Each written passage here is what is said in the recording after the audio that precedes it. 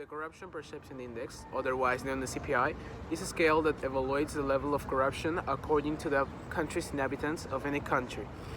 It uses a scale from 0 to 100, where 0 is very dirty or very corrupt, and 100 is very clean or least corrupt. We will be talking about Sweden.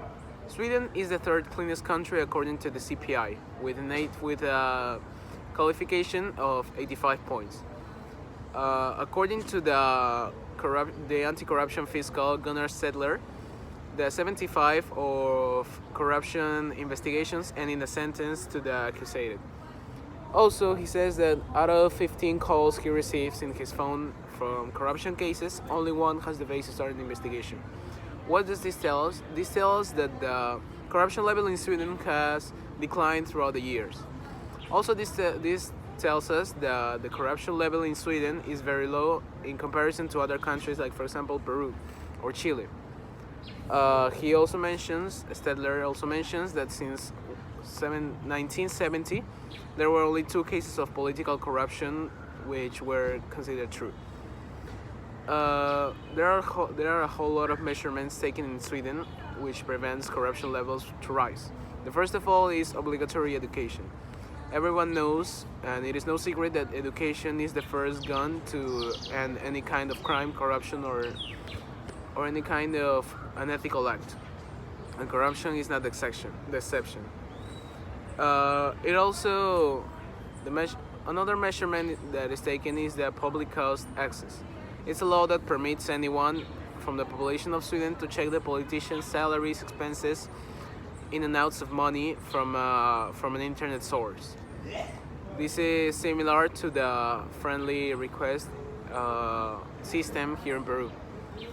Also, there is a law that makes the Swedish employees can't receive any type of gift with a price higher than $60, as this can be considered some kind of suborn. Also, the base of the Swedish law is not based on the punishment. Instead, it is based and it has the objective to reintegrate the accused in the society. A curious fact of the Swedish corruption term is that in March of this year, 2019, 16 Swedish enterprises signed a pact to be completely transparent and be zero tolerant to any corrupt cases. On the other hand, Libya is the 170 least corrupt country out of 180 countries, according to the 2018 Corruption Perceptions Index reported by Transparency International.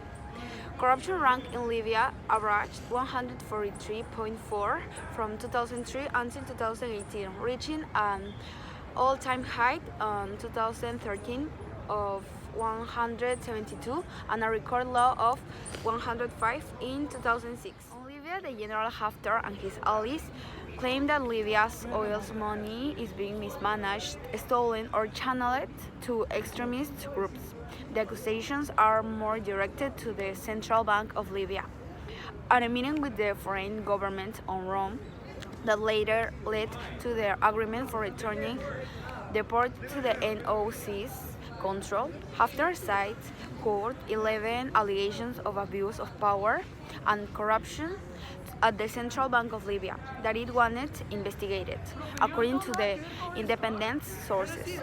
The latest agreement that lifted the oil port blockade may lead to a wide-ranging corruption proof, but any deal on oil well distribution must tackle the structural corruption problems in Libya, analysts say.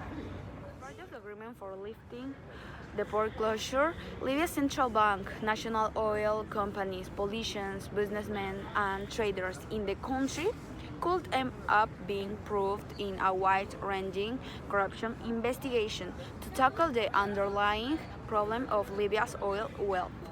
Accusations and counter-accusations of corruption and channeling of oil revenues to Islamist groups. That resulted by Libya reopening its ports last week and beginning to restore the production lost during the blockade was backed by the United Nations, France, Italy, the UK, and the United States.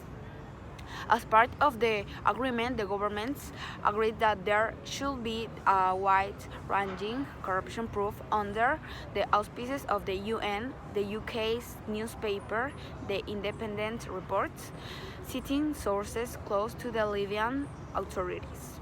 Conclusion, we can say that there is no completely clean country, as Sweden being the third cleanest country according to the CPI has a penetration of 85, which can tell us that corruption is natural to a human being, as the human being will always want to be more powerful than the others. Also, we can conclude that there is no totally corrupt nation because there will always exist another nation or another authority inside the country that will want to make the things fair and to make justice. So also we can apply or we can take Sweden as an example for the policies and measurements on the lawless government of Libya. An example of a measurement we would want to retake is the education, as Libya is a country that strongly needs education, and it is no secret that education is the best gun to fight any type of crime. So if we improve the education in Libya, we can definitely improve the corruption level. Thank you. Thank you.